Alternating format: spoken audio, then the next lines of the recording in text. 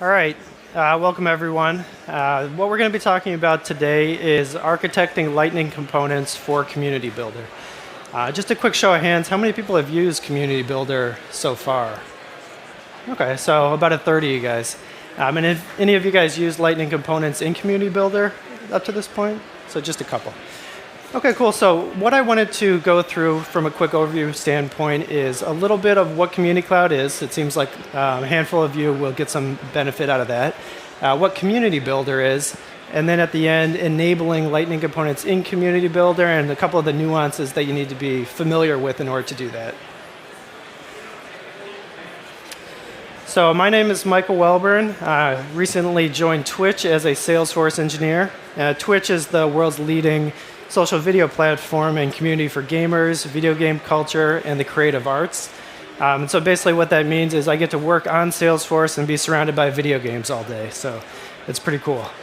So I've also got 9 Salesforce certifications. The most recent one I got late this summer was the Community Cloud Consultant one, which is very heavily focused on Community Builder, if you guys are interested in that after this.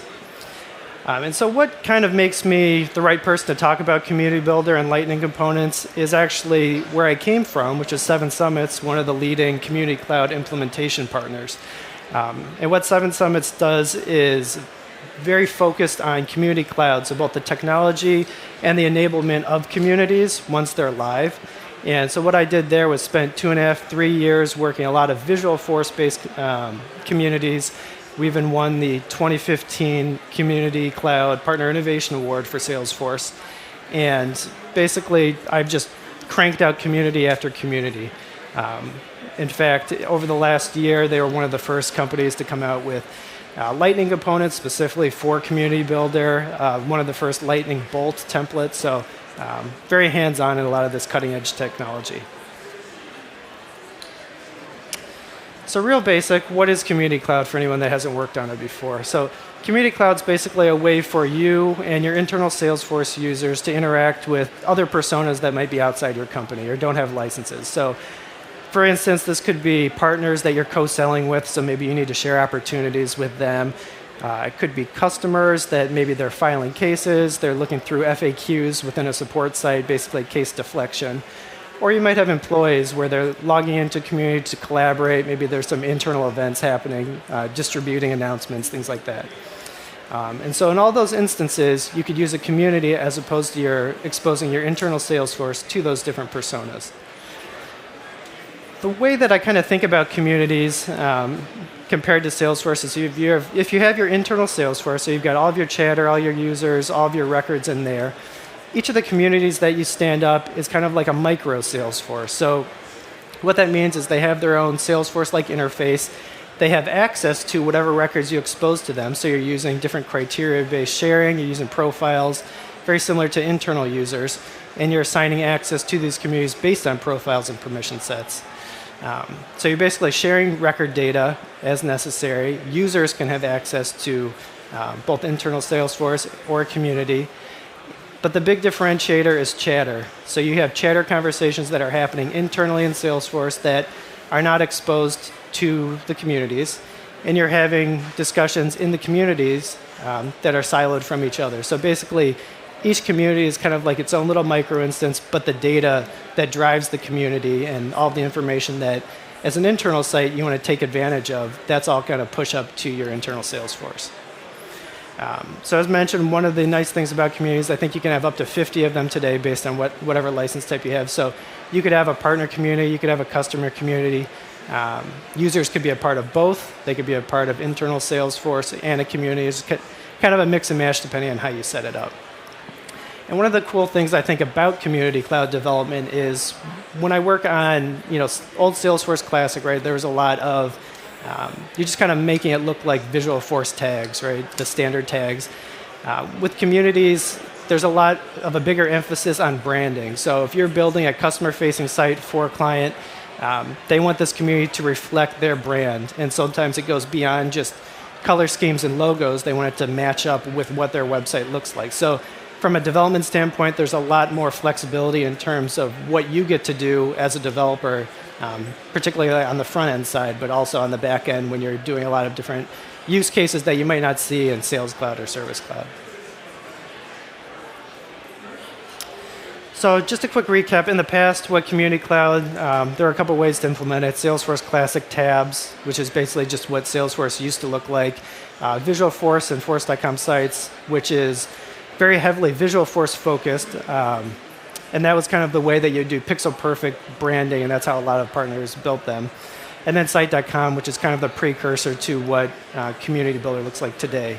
And the biggest reason to move away from Visualforce is it's very, very developer-centric. So while there are ways that you could build an administratable interface for your admins to kind of change things, it's not the way that the platform was thought about when you're building things. So it took someone kind of thinking 6 months, a year down the road to think about, I might want to change this, let me go build a hook somewhere. Whereas Lightning Components makes it a lot more native in order to build components that are reusable, that are configurable. So it's just a lot more scalable in that sense. The other thing is with Visualforce, the development mindset is a lot more page-centric rather than components. So you might build a page and you need another very similar.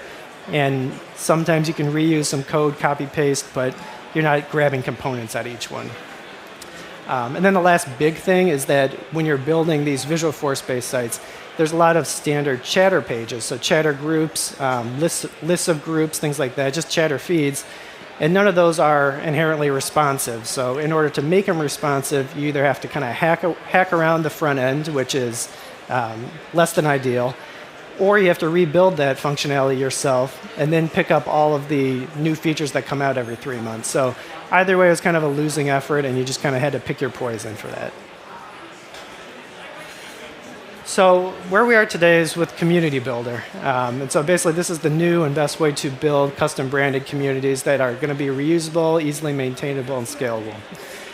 So what Community Builder is, and I'll get into a quick little demo after this, is it's basically a WYSIWYG administration panel for your community. So you're basically going around playing with the UI, you're adding pages, you're configuring colors, color schemes, font styles, images, kind of whatever you want, there's a way to do it. And whether that's with standard components that Salesforce provides. So for instance, they have a rich text component, so you could put whatever static text you want, dump it into a page, and it shows up without writing any code. Or you want to pull some sort of custom component that is either something you develop or something on the component exchange. Those are all available within this WYSIWYG. The other nice thing, if you're familiar with Lightning Component development, is that it still supports the Salesforce Lightning Design System. So out of the box, it just kind of has that same look and feel, similar to App Builder. It does support design tokens with a little bit of extra functionality that we'll get into in a little bit. And then it still supports, your standard component events. So your components can talk with each other, listen to events. So you're not really losing any of the functionality from App Builder, but you're gaining some additional stuff. And the best thing is that Community Builder and the sites that it creates, they're mobile responsive. So right out of the bat, you don't have to fight non-responsive pages. You get responsive, and it's kind of on you to make sure that your components remain responsive. So you don't do anything that is going to break that paradigm. You're kind of expecting your components to fit within various sized regions, and you're kind of making your components scalable in that way. So a quick little demo of what Community Builder looks like for anyone that hasn't seen it before.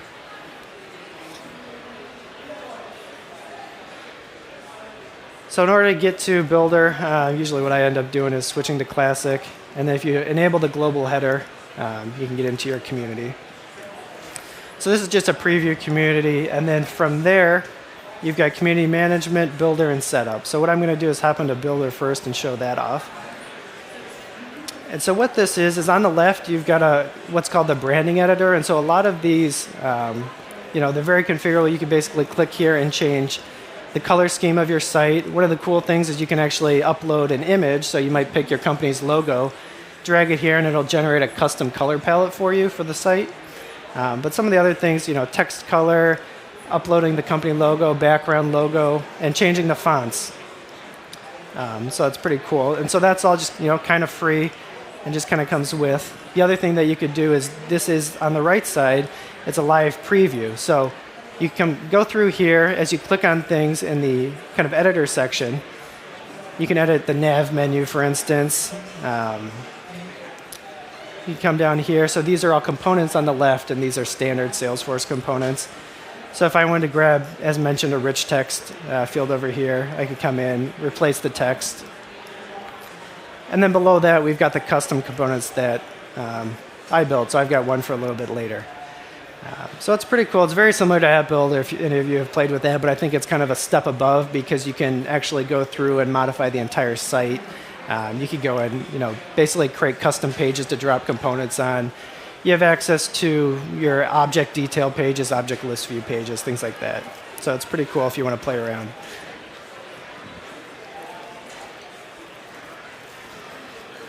All right. So in order to enable your Lightning components to be used in Community Builder, it's very basic.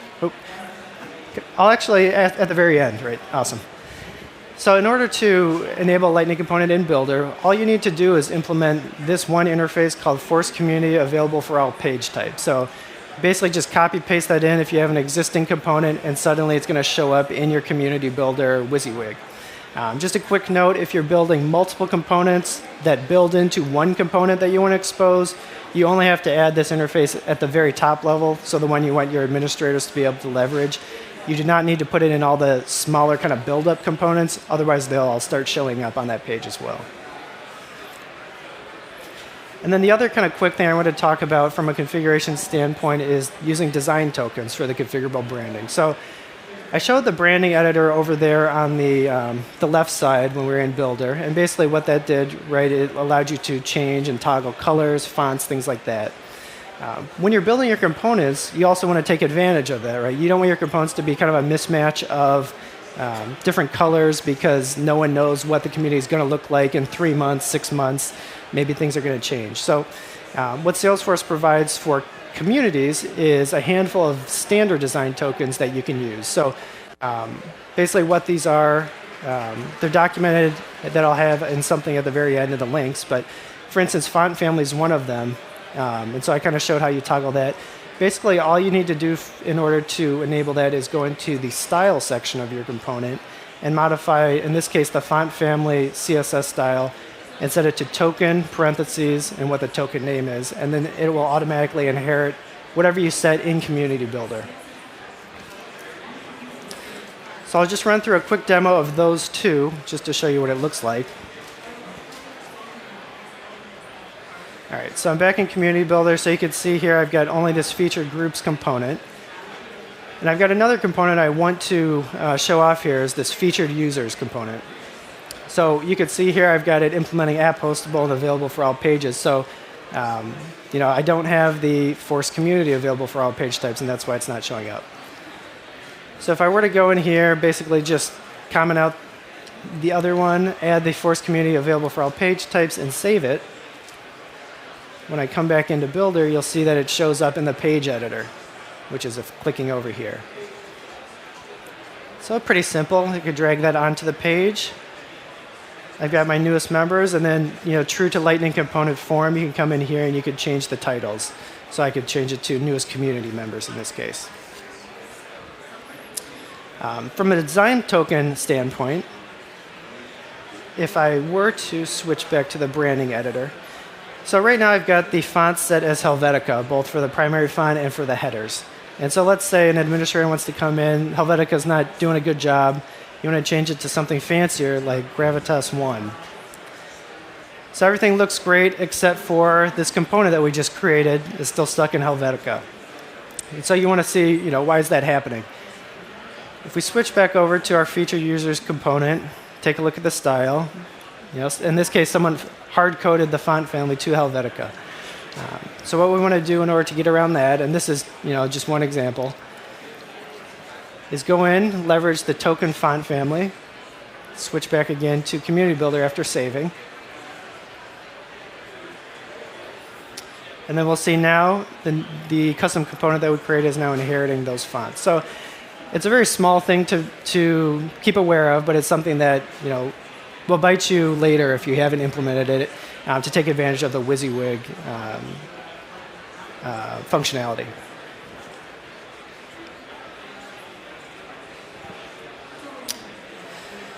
So moving past, so those were kind of the basics of building a Lightning component for community builders. So it's just taking advantage of what you have available to you. What I want to get into now is a little bit more of the nuances of working with Community Cloud from a development standpoint. So these would be a little bit more on the Apex side. So one of the examples here, so Salesforce, when you're setting up a community, there are a bunch of preferences that you could set. And one of these preferences is allowing users to either use their full name or their community nickname at a community level. And so you're thinking about when that might happen. There might be a customer community where people don't want to use their real name, so you're using aliases. Another example that we had implemented was a customer community that had a lot of VIPs in it. So you don't want VIPs to be using their real names, or people are going to start kind of flocking to them. They're going to look up all the information in the community about them. It's just kind of a privacy thing. And so in that case, using the community nickname is a way to just at once turn the entire site to something that is more anonymous. So in that case, when you're writing code, right, you don't want to just assume that you're dumping first name, last name to the page. You want to go check and see, am I in a community? Is this community set up for first name or nickname? And then just kind of act accordingly. So basically just putting little hooks in your code. The other thing that you want to keep in mind is, as I mentioned at the beginning, users can be a part of multiple communities. Your internal users could have access to a community or communities. So while they have access to data, regardless of where they are, based on again, their profiles, you want to make sure that what they see is scoped to what they should see in that community. So if I am looking in a customer-facing community as a customer and a partner, I just want to see the customer chatter groups, or I just want to see my customer chatter groups. I don't want to see my partner information in there. It's going to be confusing. It's going to be very confusing as to what community you're in.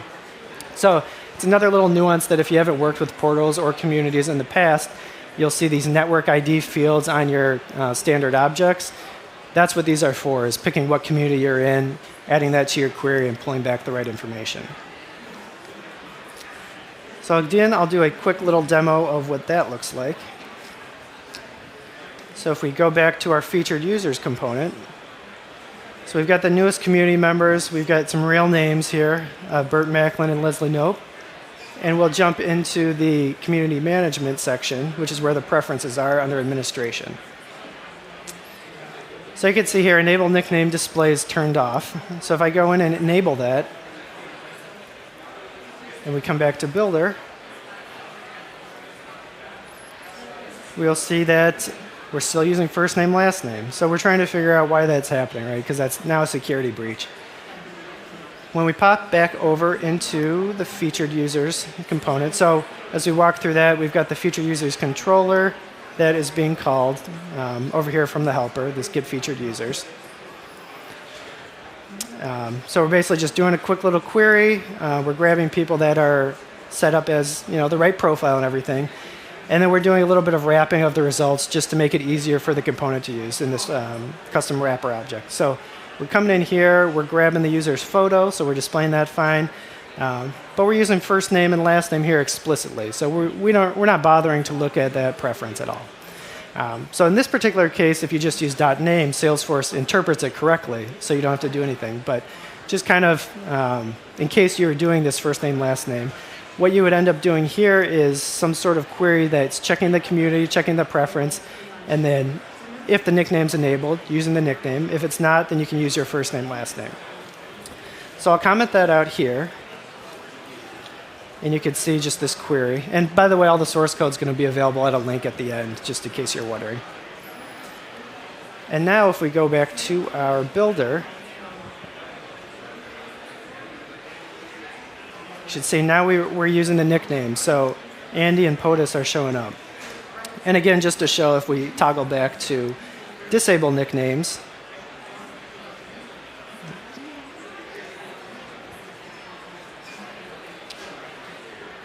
now we're back to first name, last name. So another thing you just need to be aware of, it's one of those where you're just going to have to be mindful of, the release notes when they come out. Is a new preference coming out?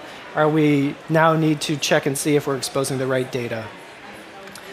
The last little demo that I wanted to show was this featured group section down here. So I'm an internal user. I'm looking at the preview. And you can kind of glean from these groups that these first two groups look very internal. And In fact, they are internal groups from internal Salesforce, whereas this last one, the community tips, this one's built in the communities. And we can verify that by going over to groups and just taking a look at the active groups, right? So we only see one. So again, this is going to be a scoping issue when you're writing your SQL or your SOCL. So if I come over to groups, right, again, walking through, finding the groups controller. So just a generic group query, not adding any scoping to it, and that's why I'm getting too much data back. So as a user, I have access to it, but it doesn't belong in the community. So in order to fix that, again, you'll need to leverage this network ID. And so you'll see this across a lot of Salesforce standard objects. Just be aware of it if you're writing components that are going to be touched in community that you may need to scope based on your current community, which is this network.get network ID. So now that I've saved that, if I jump back into Builder, you should see that only the community tips show up. So another very simple, it's not something you necessarily think about, but it's something you need to be aware of because you might be exposing too much data. In this case, it's not a security issue as much of just a confusion for your users issue. So with that, what I've got here is way too many links on one slide. But if you look at the very top link, the bit.ly/mw-df16, I've got all the links on that website. I've got the slides there, the source code and everything. So if you're going to remember anything, just take a look at that one. And then outside of that, that's all I've got. So if you want to ask any questions afterwards, I'll just be right over here. But that's all I've got for you guys. So thanks.